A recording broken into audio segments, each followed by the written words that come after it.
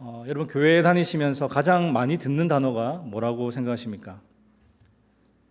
믿음, 은혜, 그리고 죄, 기도 이런 단어들을 많이 들어보셨을 텐데 아마도 복음이라는 단어를 교회 다니면서 가장 많이 듣지 않나 생각합니다. 그런데 막상 복음이 뭐냐고 물으면 복음, 기쁜 소식, 구원의 소식 이렇게 간단하게는 대답할 수 있는데 왠지 자신 있게 복음이 무엇인지 설명하기가 어렵게 느껴집니다. 물론 사람들마다 복음을 이렇게 조금씩 다르게 정의할 수도 있고 또 복음을 넓은 의미로 혹은 좁은 의미로 사용하기도 합니다. 그러나 복음을 정의할 때 반드시 들어가야 할 것이 세 가지가 있는데요. 먼저는 하나님을 배반하고 죄를 지은 인간이 결국은 죽을 수밖에 없는 존재가 되었다는 것, 그리고 하나님이 그런 인간을 사랑하셔서 죄 없는 예수 그리스도를 보내어 인간의 죄를 대신 지게 하셨다는 것, 그리고 마지막으로 이 사실을 믿는 사람은 누구든지 죄 용서와 의롭다함을 받고 영생을 소유한 자가 된다는 것, 이 세 가지가 반드시 들어가야지 복음이라고 할 수 있습니다. 그래서 좀 짧게 정리해보면요, 죄로 인해 영원히 죽게 된 인간, 그 죄에 대한 그리스도의 대속적인 죽음, 그것을 믿는 자의 죄 사함과 구원, 이것이 우리가 믿는 복음입니다. 그런데 이것을 우리는 줄여서 아주 간단하게 이렇게 표현하기도 하죠. 우리는 오직 예수 그리스도를 믿음으로 의롭게 되어 구원을 받습니다. 혹은 더 줄여서 믿음으로 구원받습니다. 우리는 복음이 무엇인지, 복음의 내용이 무엇인지 알고 있으니까 이렇게 짧은 한 문장으로도 복음을 이해할 수가 있는 것이죠. 10월 생명의 삶 본문이 갈라디아서라서 많은 분들이 요즘 갈라디아서 말씀으로 큐티를 하고 계실 텐데요. 제가 2부 때 한번 성도님들께 여쭤봤습니다. 일주일에 한 번이라도 우리 교회에서 하는 그 생명의 삶 본문으로 혹은 매일 말씀 묵상 그 유튜브에서 영상을 보면서 큐티 하시는 분이 있는지 좀 손을 들어봐 달라고 그렇게 제가 여쭤봤는데요. 차라리 안 물어볼 걸 그랬습니다. 여기 조금 계시고 아무도 손을 안 드시더라고요. 근데 그 유튜브에 보면 그 뷰가 있잖아요. 근데 항상 100뷰가 넘어요. 그래서 생각하기로 3부 예배에 오시는 분들이 다 보는 것 같다. 그래서 제가 안 물어보겠습니다. 여기 다 계신 분들은 다 이제 갈라디아서 말씀으로 이제 매일 말씀 묵상하고 계실 텐데요. 갈라디아서는 몇 가지 별명이 있습니다. 종교개혁의 선언문, 율법주의에 보내는 선전포고문, 그리고 복음의 내용을 잘 정리한 로마서와 닮았다고 해서 작은 로마서라고 불립니다. 여러분 이 별명만 들어봐도 갈라디아서가 얼마나 중요한 성경인지 알 수가 있지요. 바울은 갈라디아서를 통해서 율법주의로부터 기독교 신앙을 지켜냈고요. 마틴 루터는 갈라디아서 연구를 통해서 종교개혁의 선두에 서서 기독교를 새롭게 만들었습니다. 여러분 무엇이 그것을 가능하게 했을까요? 바로 갈라디아서가 담고 있는 복음이 그것을 가능하게 했습니다. 그래서 오늘 우리가 함께 읽은 이 본문을 갈라디아서가 말하는 그 복음 안에서 한번 살펴보려고 합니다. 먼저 복음과 율법과의 관계가 무엇인지, 그리고 복음과 성령과의 관계가 어떠한지, 마지막으로 그 복음이 우리의 삶 속에서 실제적으로 구체적으로 어떻게 드러나는지에 대해서 살펴보겠습니다. 그래서 삶 속에 드러나는 복음이라는 제목으로 오늘 말씀을 함께 나누기 원합니다. 여러분 사도행전에 보시면 사도 바울이 전도 여행을 한 것에 대해서 상세하게 기록이 되어 있죠. 총 4차례 전도 여행을 하는데 마지막 4차 전도 여행은 바울이 이제 잡혀서 로마에 있는 감옥으로 이송되는 과정이었기 때문에 딱히 전도 여행이라고 하기에는 조금 애매한 면이 있습니다. 그런데 그 외에 3번의 전도 여행은 성령의 인도하심을 따라 사도 바울이 주도적으로 그렇게 전도 여행을 한 것이죠. 사도 바울의 가장 첫 번째 전도 여행지는 갈라디아 지역이었습니다. 갈라디아 교회가 한 교회가 아니라 갈라디아 지역에 있는 여러 교회를 뜻하거든요. 비시디아 안디옥, 그리고 이고니온, 루스드라, 더베와 같은 도시들이 속한 지역인데 우리 미국에 비교하자면 갈라디아 스테이트, 갈라디아 주라고 하면 될 것 같습니다. 바울은 1차 전도 여행 때 이 지역을 방문해서 복음을 전했고 또 그곳에 여러 교회들이 세워졌습니다. 그래서 갈라디아서를 회람 서신이라고 하는데요. 이 지역에 있는 여러 교회들이 돌려가면서 읽을 것을 염두에 두고 쓴 서신이라는 것이죠. 사도 바울은 2차, 3차 전도 여행 때도 꼭 이 갈라디아 지역을 다시 들러서 성도들을 위로하고 격려했습니다. 그런데 사도 바울이 전한 복음을 듣고 세워진 이 갈라디아 교회 안에 유대교 전통을 따르는 거짓 교사들이 일어나서 바울이 전해준 복음이 아닌 다른 복음을 가르치기 시작했습니다. 여러분, 바울이 전한 복음은 무엇이죠? 사람이 의롭게 되어 구원을 얻는 것은 오직 예수 그리스도를 믿음으로서만 가능하다는 것이었습니다. 물론 그 복음 안에는 제가 방금 앞에서 말씀드렸던 것처럼 죄로 인해 영원히 죽게 된 인간, 그리고 그 죄에 대한 그리스도의 대속적인 죽음, 그것을 믿는 자의 죄 사함과 구원이 다 포함되어 있는 것이죠. 그런데 유대교 전통을 따르는 거짓 교사들은 그 믿음에다가, 그리스도를 믿는 믿음에다가, 그 복음에다가 하나님께서 그들에게 주신 율법도 지켜야 구원을 얻는다라고 가르쳤습니다. 바울은 그 소식을 듣고 갈라디아 성도들에게 편지를 써서 율법을 지켜서 의롭게 되는 사람은 이 세상에 아무도 없다라는 것을 강조했습니다. 율법의 99.9%를 잘 지켜도 0.1%를 어기면 그건 율법을 어긴 것이 되기 때문이죠. 깨끗한 물이 든 그 물병에 먹물 한 방울만 떨어뜨려도 그 물은 마실 수가 없는 먹물이 되어버리는 것과 같습니다. 율법을 완벽하게 지키는 것은 불가능하다는 것이죠. 사도 바울의 가르침을 간단하게 정리하면, 첫째는 구원의 길은 오직 하나님께서 약속하신 예수 그리스도를 믿는 것뿐이라는 것이고, 둘째는 하나님은 율법의 준수, 그러니까 율법을 지켜서 율법을 지키는 것으로 구원의 길을 주신 적이 없다 하는 것입니다. 그럼 여러분, 하나님께서 율법은 왜 주셨겠습니까? 하나님께서 율법을 주신 이유는 율법을 통해서 우리에게 구원을 주시려는 것이 아니라 오히려 우리가 율법을 완벽히 지킬 수 없는 죄인이라는 것을 보여주기 위해서 율법을 주셨습니다. 그래서 율법의 주 목적은 우리의 문제를 보여주고 우리 자체에는 해답이 없다는 것을 입증하는 것이죠. 율법으로 이루어질 수 있다고 생각한다면 율법의 핵심을 놓친 것입니다. 율법은 우리가 은혜로 말미암는 구원의 필요성을 깨닫도록 이끄는 역할을 합니다. 율법을 완벽하게 지켜서 구원받는 것은 불가능한 것이구나. 역시 구원은 오직 하나님의 은혜로만, 또 믿음으로만 가능해라고 알려준다는 것이죠. 그래서 복음과 율법의 관계는 서로 이렇게 대치되는 것이 아니라 오히려 율법이 복음을 이렇게 떠받쳐주는 역할을 하는 것입니다. 하나님께서 율법을 주신 또 하나의 이유는 그 율법을 주신 시기, 때를 보면 알 수가 있습니다. 하나님께서 이스라엘 백성들에게 율법을 주신 시기는 그들이 애굽에서 종살이할 때가 아니라 그들을 애굽에서 구원해 내신 이후에 시내산에서 율법을 주셨습니다. 그들이 애굽에서 종살이할 때 율법을 주셨다면 율법이 구원의 조건이 되었을 겁니다. 율법을 잘 지켜야 애굽으로부터 구원해 주겠다는 것이죠. 그런데 하나님은 아무런 조건 없이 은혜로 그들을 애굽에서 구원해 주셨습니다. 그리고 시내산에서 그들에게 율법을 주시면서 하나님의 백성으로 어떻게 살아야 하는지를 알려주셨습니다. 그러니까 율법은 구원의 조건이 아니라 구원받은 자들이 어떻게 살아야 하는지, 어떻게 하면 하나님을 기쁘시게 할 수 있는지를 알려주는 지침인 것이죠. 간혹 율법은 이제 아무런 의미가 없다, 지키지 않아도 된다라고 생각하시는 분들이 있습니다. 율법을 구원의 조건으로 생각했었다면 맞는 말이죠. 율법은 의미가 없고 지키지 않아도 됩니다.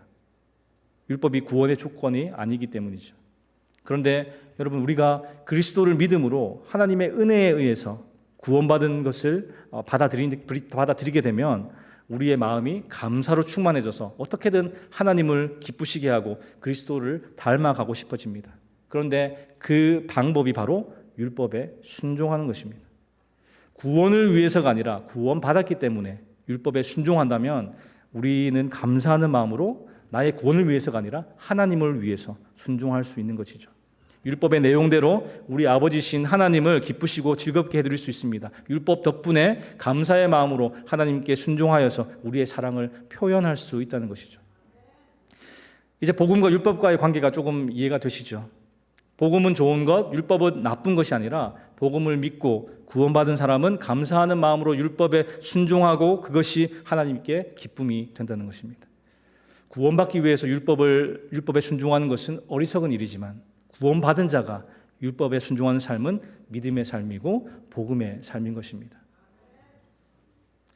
사도 바울은 갈라디아 교회 성도들에게 복음과 율법과의 관계를 설명한 후에 율법의 행위가 아닌 하나님의 은혜에 기초한 바른 복음을 따르는 우리 그리스도인의 삶이 어떠해야 하는지를 설명합니다. 저와 여러분들이 그리스도를 믿는 믿음으로 구원받았다면 이렇게 살아야 한다는 것이죠. 바로 성령을 따라 행하는 삶입니다. 우리가 더 자주 사용하는 말로 얘기하면 성령 충만한 삶입니다. 모든 그리스도인들 안에는 두 가지 속성이 이렇게 활동하고 있습니다. 바로 성령과 육체입니다. 삶의 매 순간 우리는 이 둘 중에 하나를 따라 행합니다. 성령을 따라 행하든지 아니면 육체를 따라 행하죠. 여기서 육체로 번역된 헬라어 단어 사르크스는요, 죄성으로 번역되기도 합니다. 우리의 어떤 전 존재 중에서 하나님을 갈망하는 부분과 대비되는 죄를 갈망하는 부분을 뜻하는 것이죠. 즉 육체는 우리의 악한 마음이라는 것입니다. 또한 우리의 마음 중에서 아직 성령으로 말미암아 새롭게 되지 못한 부분을 의미하는 것이죠. 그런데 사도 바울은 우리가 성령을 따라 행하면 이러한 육체의 욕심을 이루지 아니한다고 말합니다. 우리가 그리스도인이 되기 전에 우리 안에는 죄성이 우리를 홀로 지배했고 이것을 거스르는 세력이 없었습니다. 그러나 우리가 예수 그리스도를 믿음으로 의롭게 되어서 구원받으면 하나님의 영인 성령께서 우리 안에 들어오셔서 우리 안에 있는 죄성을 대적하십니다. 음행과 더러움, 방탕과 우상숭배와 주술과 원수 맺는 것, 다툼과 시기, 화내는 것, 당 짓는 것, 분열과 이단과 질투와 술 취함과 흥청대며 먹고 마시는 것, 이런 것들이 우리의 육체가 열망하는 죄성이죠. 그런데 우리 안에 계시는 성령께서 이 죄성을 대적하십니다. 성령은 육체를 거스르나니. 성령께서 열망하시는 것은 우리에게 그리스도를 보여주시고 우리로 하여금 그리스도를 본받게 하시는 일입니다. 그래서 우리가 성령을 따라 행하면 혹은 성령 충만하면 성령의 열매를 맺는 삶을 살게 되는 것이죠. 여러분, 성령의 열매 어떤 것들이 있습니까? 갈라디아서 5장 22절 23절 함께 읽어보겠습니다. 오직 성령의 열매는 사랑과 희락과 화평과 오래 참음과 자비와 양선과 충성과 온유와 절제니 이 같은 것을 금지할 법이 없느니라. 우리가 너무나 잘 아는 성령의 9가지 열매들입니다. 그런데 이런 성령의 열매들이 좀 추상적으로 느껴지지 않으십니까? 성령을 따라 행하는 삶이 좀 더 구체적으로 교회 안에서 어떤 모습으로 이루어질까 하는 궁금증이 생깁니다. 오늘 우리가 함께 읽었던 말씀은 우리가 성령을 따라 행할 때 맺어지는 그런 성령의 열매들이 교회 안에서 구체적으로 어떤 모습으로 이루어지는지를 보여줍니다. 여러분, 우리가 교회 안에서도 육체를 따라 살면요, 온갖 어그러지고 아픈 일들이 생기지만 성도의 바른 신앙생활이라고 할 수 있는 성령을 따라 살면 귀한 열매를 맺습니다. 성령을 따라 산다는 말을 이 갈라디아서에 나오는 표현으로 바꾸면 신령하게 산다라고 할 수 있는데요. 어떤 것이 신령한 삶일까요? 신령한 삶이라고 하면 우리가 많은 분들이 개인적으로 경험하는 신비한 영적 체험이나 은사 체험을 생각하는 경향이 있습니다. 물론 바른 신앙인들 속에서도 성령의 은사나 성령의 신비한 체험들이 일어납니다. 그러나 성경이 말하는 신령하다 혹은 신앙이 잘 자라고 있다는 것은 개인적인 은사 체험이나 신비 체험으로 확인되는 것이 아닙니다. 오히려 신비한 체험을 하고 또 은사를 가진 분들이 교회를 어렵게 하는 경우가 많기도 하죠. 그래서 성령을 따라 사는 성도들은 신비로운 체험을 하며 신앙생활을 하는지가 아니라 다른 사람과 다른 성도들과 어떤 관계를 맺으며 사는지에 의해서 판별되고 드러납니다. 성도 여러분, 성령을 따라 살고 또 성경이 말하는 방식으로 신앙생활을 하면 관계에 변화가 옵니다. 여러분, 바른 관계를 맺는다는 것은 막 사교성이 있고 인사성이 좋고 사람들을 잘 사귄다는 뜻이 아닙니다. 사람마다 기질이 다 달라서 사교성이 부족한 사람들도 있죠. 그러나 성령을 따라 사는 사람들은 사교성이 모자랄지라도 하나님과 이웃과의 관계를 바르게 맺을 수 있습니다. 이것이 신령한 성도에게서 발견되는 신앙생활의 모습이라는 것이죠. 바른 관계 속에서 성령을 따라 사는 사람의 모습은 여러분 어떻게 구체적으로 드러날까요? 오늘 본문에는 부정적인 모습과 긍정적인 모습이 각각 하나씩 나오는데요. 먼저 부정적인 모습입니다. 26절 함께 읽어보겠습니다. 헛된 영광을 구하여 서로 노엽게 하거나 서로 투기하지 말지니라. 여기서 헛된 영광이라는 단어의 뜻이 별로 이렇게 분명하지 않은데요. 그 앞에 단어를 하나 추가하면 뜻이 분명해집니다. 자기의 헛된 영광. 성령을 따라 살아갈 때 우리는 자기 자신을 위해 헛된 영광을 구하지 않습니다. 이 헛된 영광으로 번역된 이 단어의 원어적인 뜻은요, 자만심인데 실제로 우리 다른 사람들과의 관계가 악화될 때 거의 언제나 근본적인 원인이 바로 이 자만심에 있죠. 사도 바울은 우리가 자만해질 때, 자만에 빠질 때 두 가지를 하는 경향이 있다고 설명합니다. 26절에 보니까 서로 노엽게 하거나 서로 투기합니다. 누군가를 노엽게 하는 것은 상대방에게 싸우자고 도전한다는 의미입니다. 자기가 우월하다는 것을 싸움을 통해서 보여주고 입증하고 싶어 하는 것이죠. 그래서 노엽게 함은 우월감에 차 있는 사람의 자세입니다. 반면에 투기하는 것은 다른 사람의 은사나 재능을 시기한다는 말이죠. 상대적으로 자기 자신이 부족하다고 여기면 투기하고 질투합니다. 투기하는 것은 열등감에 빠진 사람의 자세입니다. 이 열등감의 주인공들은 게임에서 졌으니까 자신에 대해 절망하면서 승자처럼 보이는 이들을 질투하기 시작합니다. 반면에 우월감의 주인공들은요, 일단 자신이 이겼다고 느끼면서 여전히 이기고 있음을 확인하려고 계속해서 남과 비교를 합니다. 물론 우리의 삶의 한 부분에서는 남을 노엽게 하면서 동시에 다른 부분에서는 시기할 때가 많죠. 노엽게 하는 것과 시기하는 것이 정반대처럼 보이지만 바울은 그것이 둘 다 자기의 헛된 영광을 구하는 일이라고 그렇게 말합니다. 여러분, 성령을 따라 사는 사람은 헛된 영광을 구하며 서로 노엽게 하거나 서로 투기하지 않습니다. 대신 성령의 열매인 사랑으로 다른 사람을 나보다 낮게 여기면서 어떻게든 그들을 섬길 기회를 찾습니다. 빌립보서 2장 3절 말씀 함께 볼까요? 아무 일에든지 다툼이나 허영으로 하지 말고 오직 겸손한 마음으로 각각 자기보다 남을 낮게 여기고, 자기보다 남을 낮게 여기라는 말은요, 사실은 내가 더 나은 사람인데 상대방이 더 나은 사람인 것처럼 여겨주라라는 뜻이 아닙니다. 상대방을 더 중요하게 여기라는 뜻이죠. 그래서 나의 섬김을 받기에 합당한 자로 여기라는 명령입니다. 그래서 성령을 따라 사는 사람은 모든 관계를 경쟁하듯이 대하지 않고 섬김의 기회로 대합니다. 여러분, 교회 안에서 누가 성령을 따라 사는 사람인가, 누가 성령 충만한 사람인가를 확인해 보려면 그것을 보면 됩니다. 모든 관계에서 갈등을 일으키면서 상대를 노엽게 하거나 상대를 시기하는 사람은 헛된 영광을 구하는 자만한 사람이죠. 내가 너보다 나으니까 그걸 증명해 보이겠다, 혹은 네가 나보다 나으니까 나는 화가 나, 이런 태도를 취한다는 것이죠. 그러나 어떻게든 상대를 중요하게 여기면서 섬기고 도우려는 사람은 성령을 따라 행하는 사람입니다. 당신은 당연히 중요한 존재이며 하나님께서 자기 형상으로 당신을 만드셨으니 그리스도께서 당신을 위해 죽으셨으니 당신을 섬기는 것이 내 기쁨이며 특권입니다 라는 태도를 취하는 사람입니다. 여러분은 어느 쪽에 속하십니까? 다른 사람이 어떤지 판단할 필요 없습니다. 내가 어떤 사람인가를 먼저 생각하고 지금까지 자만하며 사람들을 노엽게 하거나 시기했다면 그것이 성령을 따라 행하는 삶이 아니라는 것을 깨달아야 하는 것이죠. 그리고 우리 안에 있는 죄성을 대적하시는 성령님의 인도하심을 받으며 성령을 따라 행하는 삶을 살아야 합니다. 그렇다면 성령을 따라 행하는 사람의 모습이 교회 안에서 구체적으로 어떻게 드러날까요? 성령을 따라 행하는 성도들이 교회 안에서 긍정적으로 힘쓰고 애써야 할 것이 무엇이겠습니까? 오늘 말씀 2절을 함께 읽어보겠습니다. 너희가 짐을 서로 지라 그리하여 그리스도의 법을 성취하라. 아멘. 서로의 짐을 지라는 것은 두 가지를 전제하죠. 하나는 우리 각자가 자기의 짐을 지고 있다는 것이고, 다른 하나는 하나님께서 우리가 그 짐을 혼자 지게 하지 않으신다는 것입니다. 그런데 교회 안에 보면 짐을 혼자 지려고 애쓰는 성도들이 있습니다. 다른 사람에게 자기 짐을 지우는 것이 피해를 주는 것이라고 생각하기 때문이죠. 특히 개인주의가 강한 미국에서는 더 그렇습니다.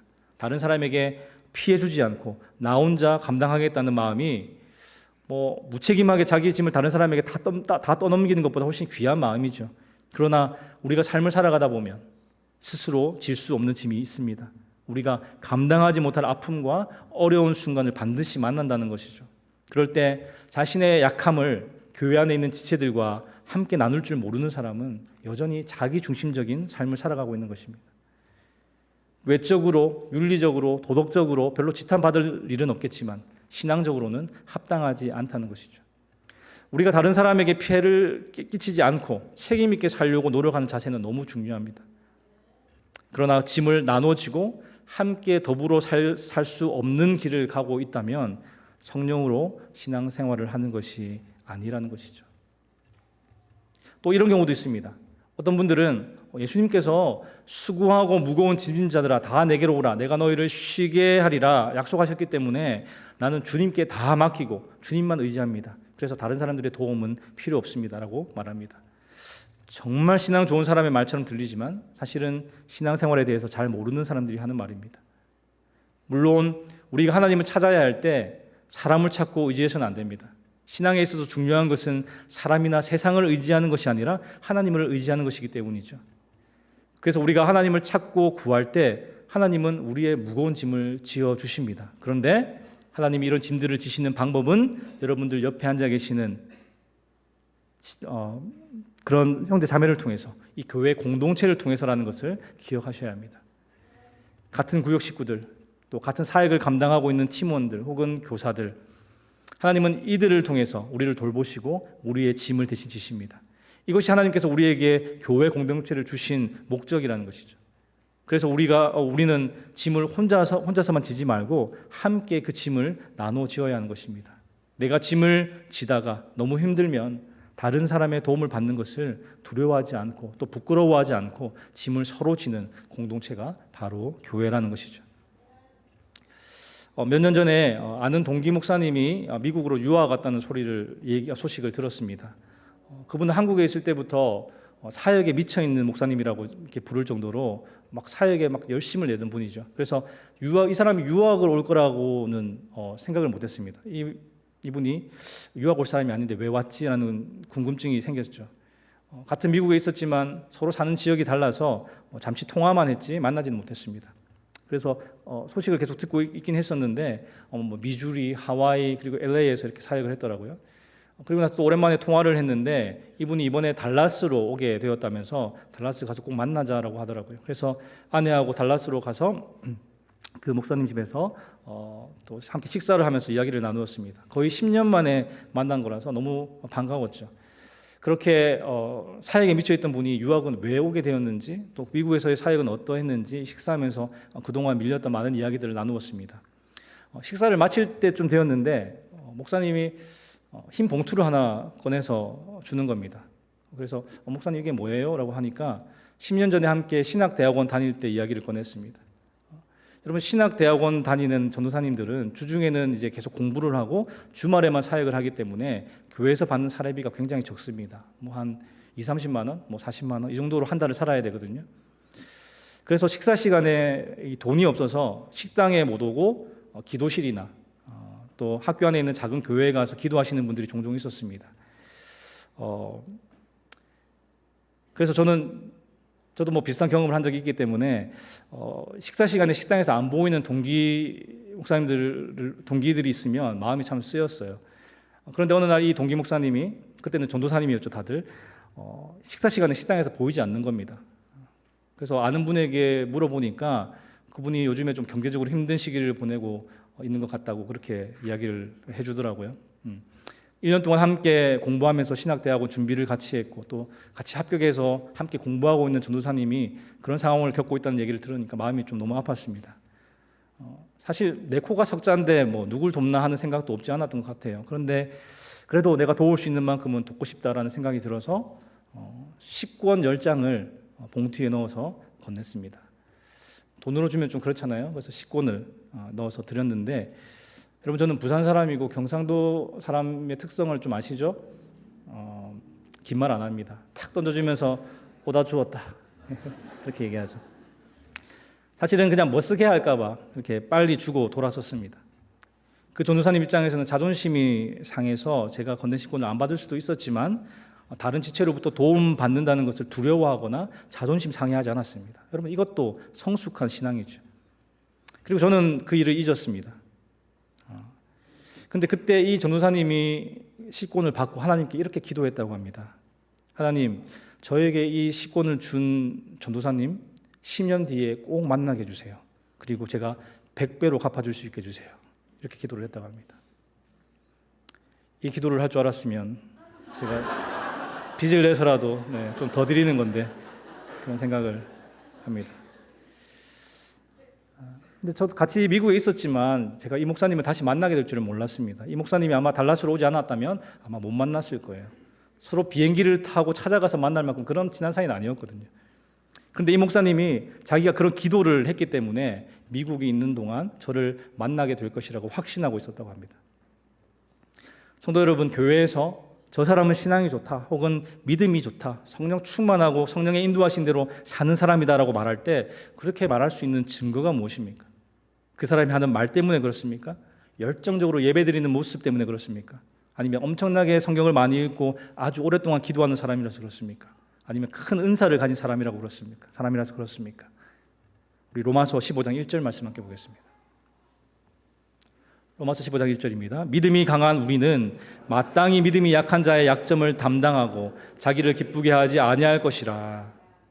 믿음이 잘 자라서 강한 믿음을 갖고 있는 사람은 연약한 자의 약점을 감당하고 자기를 기쁘게 하지 않는 사람입니다. 여러분, 세상은 어떻습니까? 세상은 조금이라도 더 나은 것을 붙듭니다. 그리고 늘 남을 무시하고 자기를 드러내고 헛된 자랑을 붙들려고 하죠. 그러나 복음을 경험하고 성령의 인도를 따라 사는 성도와 교회는 절대로 그렇게 하지 않습니다. 약한 자의 약점을 내가 감당합니다. 약한 자의 짐을 대신 지어줍니다. 절대로 다른 사람의 약한 것으로 나를 기쁘게 하지 않는다는 것이죠. 이게 건강한 교회 공동체의 특징이고 성령 충만한 성도의 모습입니다. 사도 바울은 성도가 이렇게 약한 자의 짐을 대신 지어주는 삶을 살면 그리스도의 법이 성취된다라고 말합니다. 여러분, 그리스도의 법이 무엇입니까? 예수 그리스도께서 우리에게 주신 법이 무엇입니까? 요한복음 13장 34절 35절을 함께 읽어보겠습니다. 새 계명을 너희에게 주노니 서로 사랑하라. 내가 너희를 사랑한 것 같이 너희도 서로 사랑하라. 너희가 서로 사랑하면 이로써 모든 사람이 너희가 내 제자인 줄 알리라. 예수 그리스도께서 우리에게 주신 그리스도의 법은 그리스도께서 우리를 사랑하신 것 같이 서로를 사랑하는 것입니다. 그리스도께서 우리를 어떻게 사랑하셨습니까, 여러분? 하늘의 모든 영광을 버리고 우리와 똑같은 몸으로 이 땅에 오셨습니다. 그리고 우리의 죄 짐을 대신 지시고 십자가에 달려 돌아가셨죠. 예수님은 내 이웃 사랑하기를 내 자신같이 하라는 말씀을 십자가 위에서 행하심으로 온 율법을 이루셨습니다. 갈라디아서 5장 14절 말씀 보시면 온 율법은 내 이웃 사랑하기를 내 자신같이 하라 하신 말씀에서 이루어졌나니. 그래서 내 이웃을 사랑하라, 율법을 성취하라, 그리고 짐을 서로 지라는 말은 다 같은 표현이고 이것이 곧 그리스도의 법이 성취되는 방법입니다. 짐을 서로 지면서 그리스도의 법을 성취하는 구체적인 사례가 오늘 본문 1절에 나오는데요. 1절을 다시 한번 읽어볼까요? 형제들아, 사람이 만일 무슨 범죄한 일이 드러나거든 신령한 너희는 온유한 심령으로 그러한 자를 바로잡고 너 자신을 살펴보아 너도 시험을 받을까 두려워하라. 바울은 갈라디아 교회 성도들을 형제들아라고 부르면서 뒤에는 신령한 너희는 성도들을 신령하다고 부르고 있습니다. 신령하다는 것은 막 신령해가지고 뭐 어떤 단계를 넘어선 성도를 가리키는 것이 아니라 앞에서 언급했듯이 성령의 인도를 따라 살아가는 성도들을 가리키는 말입니다. 신령한 성도들에게 어떻게 하라고 합니까? 공동체 안에 죄 지은 사람이 드러날 때 두 가지 잘못된 반응을 하지 말라고 말합니다. 첫 번째는 사람이 어떻게 그런 죄를 지을 수 있나 하면서 비난하고 정죄하고 판단하고 내치지 말라는 겁니다. 사람들은 믿었던 사람에게서 죄를 발견하면 실망하고 분노하고 비판하고 정죄합니다. 사람을 신뢰하다가 실망할 수 있다고 표현하지만 이 이면에는 나는 그렇지 않아 라는 자기 자랑 혹은 헛된 자기 주장이 그 안에 들어있기 때문에 죄 지은 사람의 허물을 지나치게 비판합니다. 특히 한국 교회는 유명한 사람이 실수하거나 허물이 드러나면 벌떼같이 달려들어서 그 사람의 명성과 업적을 한순간에 다 짓밟아 버립니다. 한국 사회도 마찬가지죠. 다시 재기하지 못하도록 비난하고 비판해서 그 사람이 가지고 있는 훌륭한 부분까지 전부 몰살시켜 버립니다. 한국 사회와 한국 교회가 가지고 있는 어리석음이죠. 성도는 절대로 비난하고 비판하고 정죄하며 내치지 않습니다. 또 다른 극단이 있는데요. 죄가 드러나면 자꾸 덮어주고 지나가려고 하는 극단입니다. 죄가 밝혀질 때 생기는 많은 문제와 또 골치 아픈 일들이 두려워서 그냥 덮고 지나가려 하는 것이죠. 뭐 죄 안 짓는 사람이 어디 있나 하면서 얼렁뚱땅 넘어가려고 합니다. 그러나 이것 또한 성경적인 자세가 아닙니다. 오늘 본문 1절 말씀은 우리에게 어떻게 짐을 나누라고 말씀합니까? 무슨 범죄한 일이 드러나거든 신령한 너희는 온유한 심령으로 그러한 자를 바로 잡고 너 자신을 살펴보아 너도 시험 받을까 두려워하라고 말씀합니다. 신령한 너희가, 즉 성령의 인도를 따라 살아가는 성도들이 온유한 심령으로 죄 지은 자를 바로잡으라고 합니다. 여러분, 온유라는 것은 성령의 열매 중에 하나죠.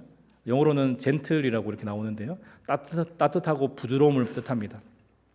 이에 해당하는 히브리어 단어가 아나와라는 단어인데 자기를 낮춤, 겸손함이라는 뜻을 가지고 있습니다. 그래서 죄 때문에 넘어져 있는 영혼을 비판하는 것이 아니라 겸손하고 부드럽게, 그러나 분명하게 죄라고 말하고 바로 잡으라는 것이죠. 여기서 또 바로 잡고라고 번역된 헬라어 단어 카타르티조라는 이 단어는요, 어긋난 뼈를 도로 맞출 때 쓰는 말이었습니다. 혹시 여러분들 중에 탈골되어 본 적이 된 경험 있는 분들 계십니까? 한 번도 없으신 것 같네요. 저는 여기 뼈가 부러진 적이 한 번 있는데 탈골은 경험해 보지 못했습니다. 그런데 이제 그 탈골을 경험한 사람들의 말에 의하면 통증이 굉장히 심하다고 합니다. 그리고 이 탈골은 다시 끼워 넣어야 되잖아요. 그러니까 이렇게 뼈를 제자리로 맞추는 과정 역시 너무 고통스럽다고 하더라고요. 그러나 여러분, 그 뼈를 끼워 넣을 때 그 고통은요, 치유의 고통입니다. 그래서 죄 지은 자를 바로 잡으라는 것은 고통이 따르겠지만 회복하도록 만들어 주라는 것이죠.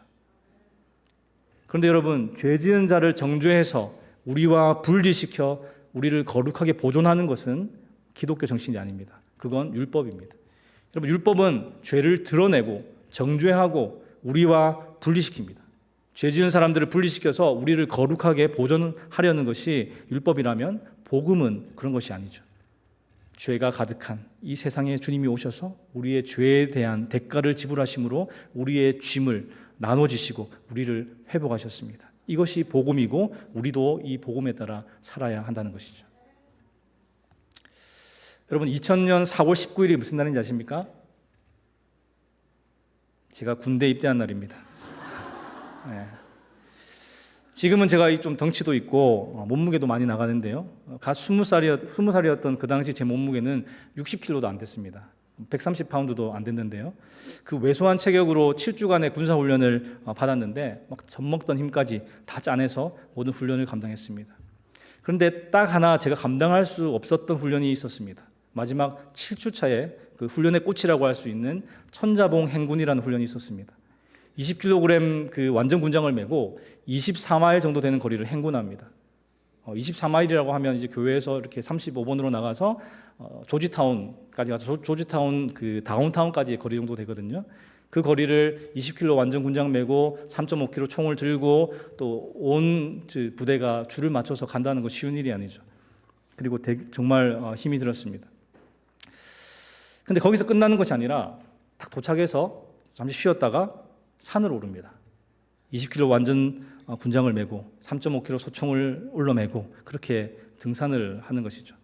그냥 등산도 되게 힘든데 그렇게 온 짐을 지고 올라가는 것이 너무나도 힘들었습니다. 근데 가도 끝이 없는 거예요. 다 이제 지쳐가지고 다 힘들어하는데, 그러니까 교관들이 다 왔다, 이제 다 왔으니까 조금만 힘내자, 다 왔다 하는데 그렇게 하고 1시간도 넘게 계속 올라가는 겁니다. 그래서 이거 거짓말이구나 바로 알아채고 힘이 싹 빠지면서 제 온몸에 이제 그 힘이 다 체력이 소진되었습니다. 그랬더니 혹시 여러분 경험해 보셨는지 모르겠지만 온 젖먹던 힘까지 다 소진되면 그냥 눈물이 나더라고요. 그냥 눈물이 줄줄줄 흐르는데 더 이상 올라갈 수가 없어서 옆에 있는 동기에게 더 이상 못 올라가겠다, 먼저 가, 나는 좀 쉬다가 따라갈게. 한 번 쉬면 절대로 못 따라갑니다. 그냥 나고 하는 거죠.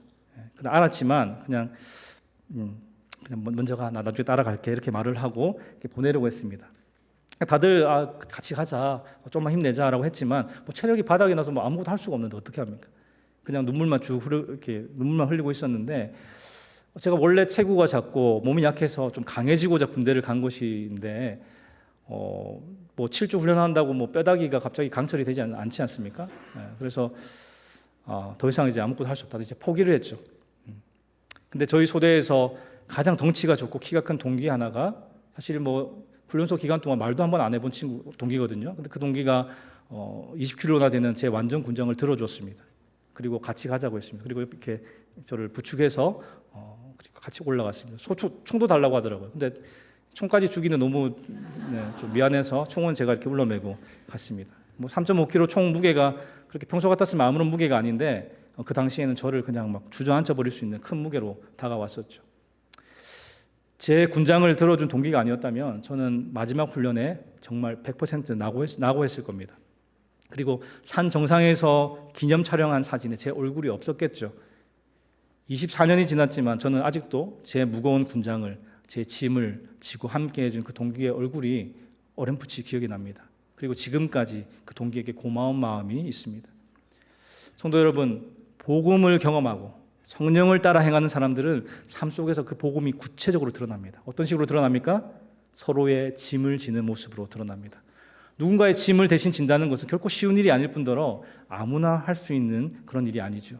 그러나 바른 복음을 받아들이고 성령을 따르는 그리스도인이라면 삶 속에서 성령의 열매를 맺기 때문에 연약한 자의 짐을 대신 지어줌으로 그리스도의 법, 즉 사랑의 계명을 성취할 수 있는 것입니다. 20세기 최고의 설교자로 꼽히는 존 스토트 목사님이 오늘 본문, 우리가 이렇게 살펴본 이 본문에 대해서 이렇게 말했습니다. 동생 아벨을 죽이고 난 뒤에 하나님께 내가 내 아우를, 내 형제를 지키는 자니까라고 물었던 가인의 그 무책임한 질문에 대한 신약 성경의 대답이다라고 말했습니다. 여러분, 우리가 누군가를 형제라고 부른다면 우리는 그를 지키는 자입니다. 우리는 사랑으로 그를 돌보아야 하고 그를 노엽게 하지 말아야 하고 그가 나보다 우월한 것에 대해 시기하지도 말아야 합니다. 그를 사랑으로 섬겨야 합니다. 그가 무거운 짐을 지고 있으면 그 짐을 대신 져야 합니다. 그가 죄에 빠지면 온유하게 그를 바로 잡아야 합니다. 성령을 따라 행하게 되면 그런 실제적이고 구체적인 그리스도인의 삶, 형제를 돌보고 섬기는 삶으로 인도함을 받고 그로 인해 그리스도의 법을 성취할 수 있는 것이죠. 사랑하는 성도 여러분, 이것이 바로 교회입니다. 교회는 여러분들의 종교적인 의무를 다하러 오는 곳이 아닙니다. 교회는 형제 자매들이 그리스도의 법인 사랑의 계명을 성취하기 위해서 모이는 곳입니다. 여러분, 옆에 있는 분들에게 이렇게 한번 고백할까요? 형제님, 자매님, 저는 당신을 지키는 자입니다. 저는 당신을 지키는 자입니다. 아멘. 여러분 한 분 한 분이 기꺼이 서로의 짐을 지며 교회를 사랑할 때 주님의 교회 안에 그리스도의 법이 성취되기를, 또한 우리 교회가 이 땅에 희망이 되어지기를 우리 주님의 이름으로 축원합니다. 우리 다 함께 일어나서 오늘 말씀을 생각하며 함께 찬양하기 원합니다.